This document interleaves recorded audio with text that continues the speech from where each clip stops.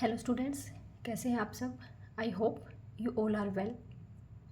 आज हम कंप्यूटर का चैप्टर नंबर फर्स्ट का ही अपना नया टॉपिक पढ़ेंगे जिसका नाम है हार्डवेयर एंड सॉफ्टवेयर।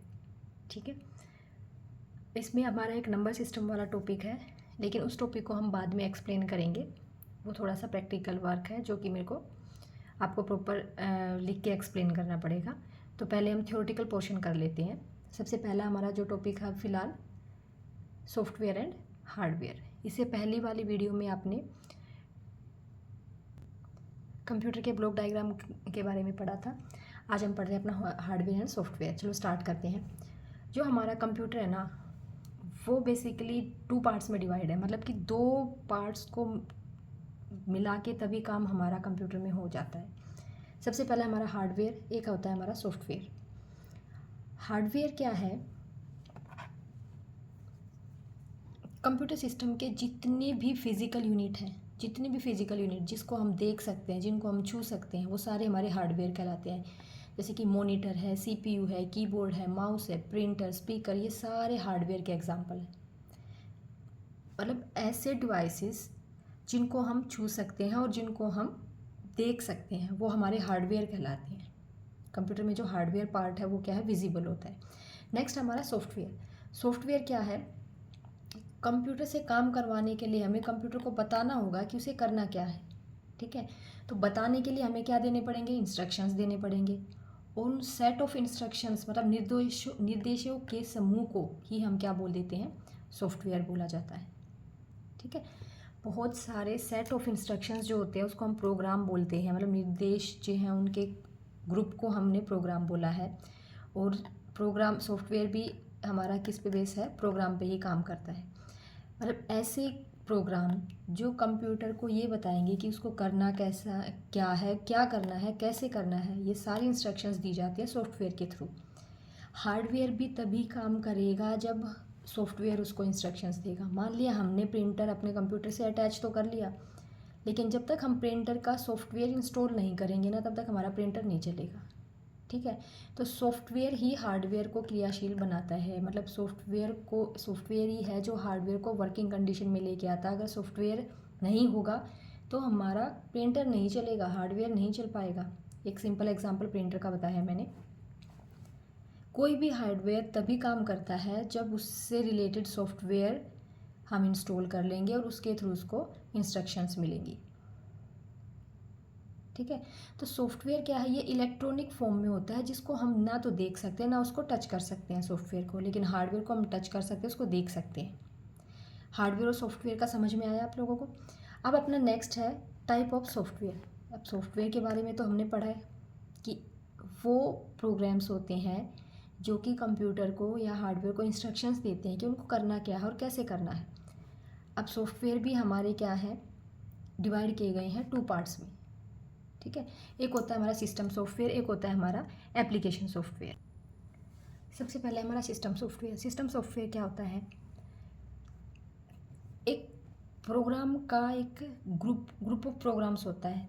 मतलब सॉफ्टवेयर क्या है, प्रोग्रामों का समूह है जो कि कंप्यूटर के जितने भी भौतिक भाग हैं, जितने भी सॉफ्टवेयर, उन सबको कंट्रोल करता है।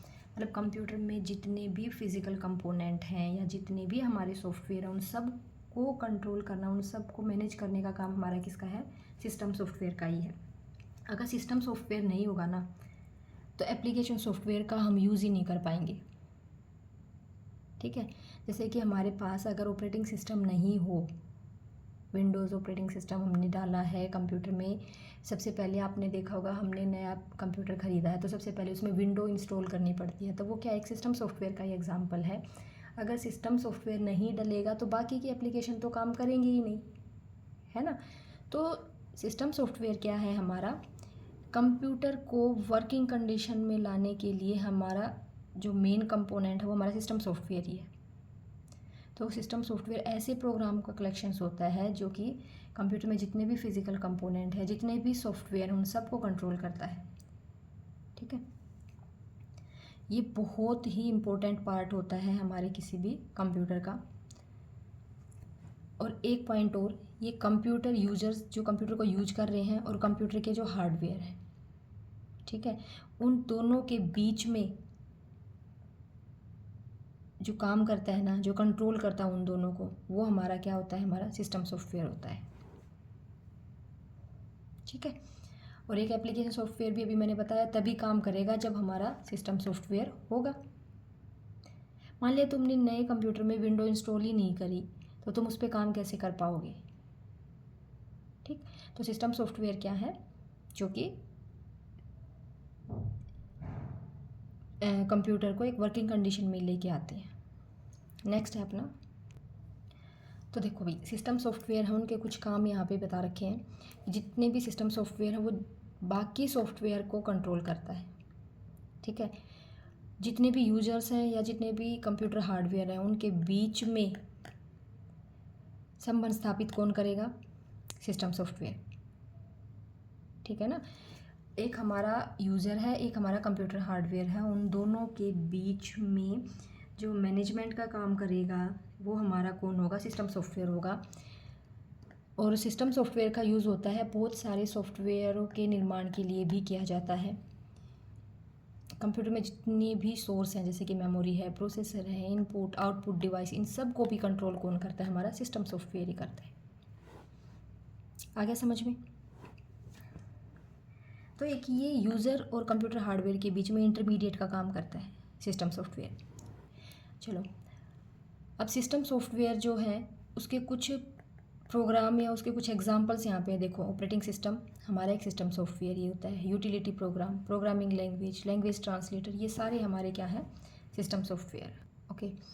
अपना नेक्स्ट टॉपिक है एप्लीकेशन सॉफ्टवेयर। ठीक है।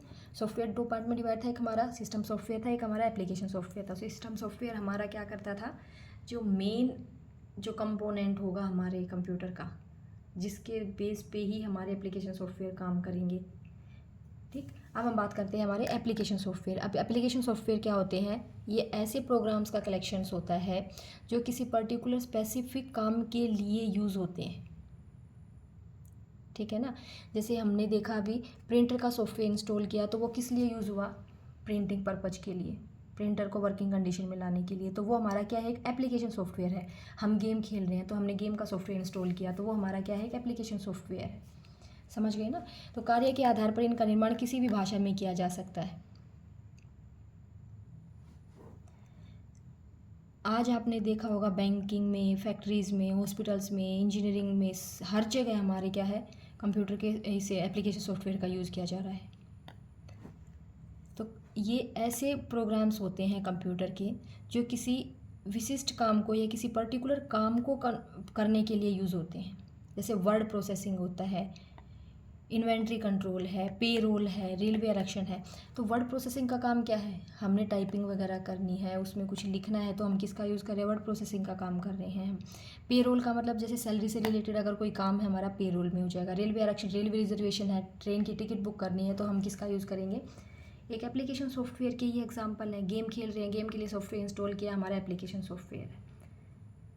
ठीक है ना। जैसे व्हाट्सएप है, ये भी क्या है, एक एप्लीकेशन सॉफ्टवेयर ही तो है व्हाट्सएप। तो ये हमारे सारे के सारे हमारे एप्लीकेशन सॉफ्टवेयर के लिए यूज़ होते हैं। एप्लीकेशन सॉफ्टवेयर लास्ट ओवरऑल अगर देखा जाए तो क्या है, एक ऐसा सॉफ्टवेयर है जो किसी पर्टिकुलर काम को करने के लिए हम यूज़ करते हैं। ठीक है। अब नेक्स्ट टॉपिक है हमारा कंप्यूटर लैंग्वेजेस। अपना नेक्स्ट टॉपिक है कंप्यूटर लैंग्वेज। कंप्यूटर लैंग्वेज क्या होती है, भाषा क्या होती है। भाषा एक ऐसा मीडियम जिसके थ्रू हम अपनी बातों को दूसरों को समझा सकते हैं, वही तो है। तो ऐसे ही कंप्यूटर पे अगर हमको काम करना है तो हम किस भाषा का यूज करेंगे। हाँ, कंप्यूटर हमारी सिंपल भाषा को नहीं समझता है, क्योंकि कंप्यूटर जो है वो मशीनी भाषा को समझेगा। मतलब कंप्यूटर जो है वो हमारा बाइनरी लैंग्वेज को समझता है, बाइनरी भाषा को समझता है। बाइनरी भाषा क्या होता है, 0 और 1 के रूप में जो भाषा होती है उसको समझता है। तो भाई हम जो कमांड देंगे वो तो हम अपनी लैंग्वेज में लिखेंगे, लेकिन कंप्यूटर उस लैंग्वेज को तो नहीं समझता, तो वो उसको ट्रांसलेट करेगा और अपनी लैंग्वेज में कन्वर्ट करता है। तो जो यूजर भाषा को मशीन भाषा में बदलने के लिए जिस सॉफ्टवेयर की यूज़ होती है उसको हम बोल देते हैं ट्रांसलेटर। कि हमने जिस भाषा का यूज़ किया है और उसको कंप्यूटर की भाषा में, मशीन लैंग्वेज में बदलने के लिए जिस सॉफ्टवेयर का यूज़ होता है उसको हमने क्या बोल दिया, ट्रांसलेटर। ठीक है ना। तो ट्रांसलेटर क्या करते हैं, ह्यूमन लैंग्वेज को कन्वर्ट कर देते हैं मशीन लैंग्वेज में।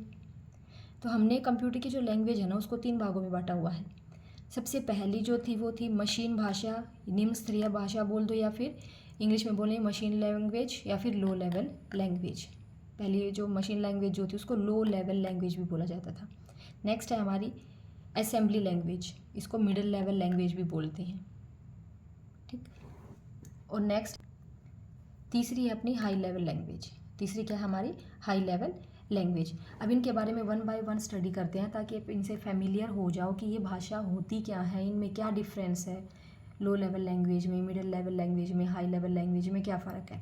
तो थोड़ा सा अगर आप इसको ध्यान से पढ़ोगे तो आपको ये बहुत आसान लगेगा। एक बार इसको समझो पहले। सबसे पहले हमारी लो लेवल लैंग्वेज, जिसको हम निम्न स्तरीय या मशीन लैंग्वेज भी बोल देते हैं। मशीन भाषा क्या होती है? कंप्यूटर की ऐसी लैंग्वेज होती है जो कंप्यूटर समझता है, इसको हम बाइनरी लैंग्वेज भी बोल देते हैं।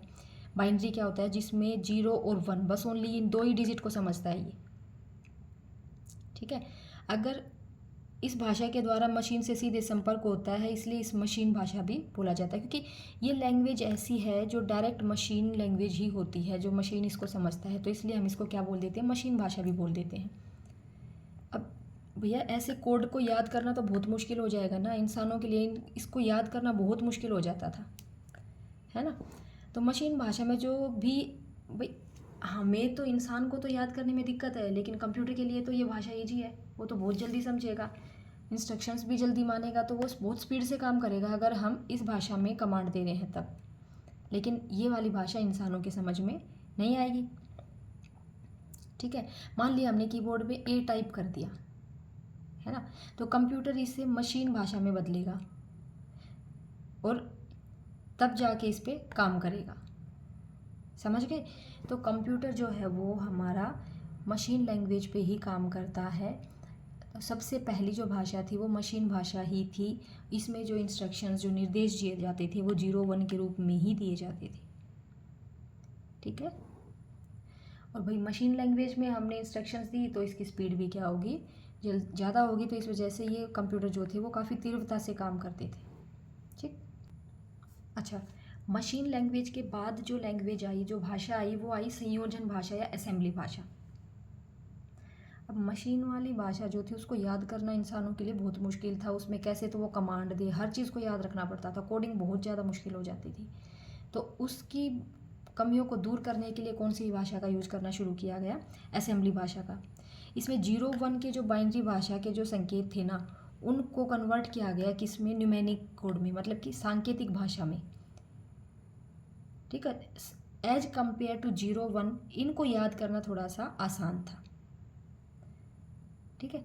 अब जैसे मान लिया हमने 2 नंबरों को ऐड करना है तो हम 3 ऐड 5 ऐसे लिखेंगे, तो ये ऐड को समझ जाना, ये न्यूमेरिक है, एक शॉर्ट फॉर्म है, तो इसको हम इजीली समझ जाते थे, कि हम इंसान भी समझ जाता था।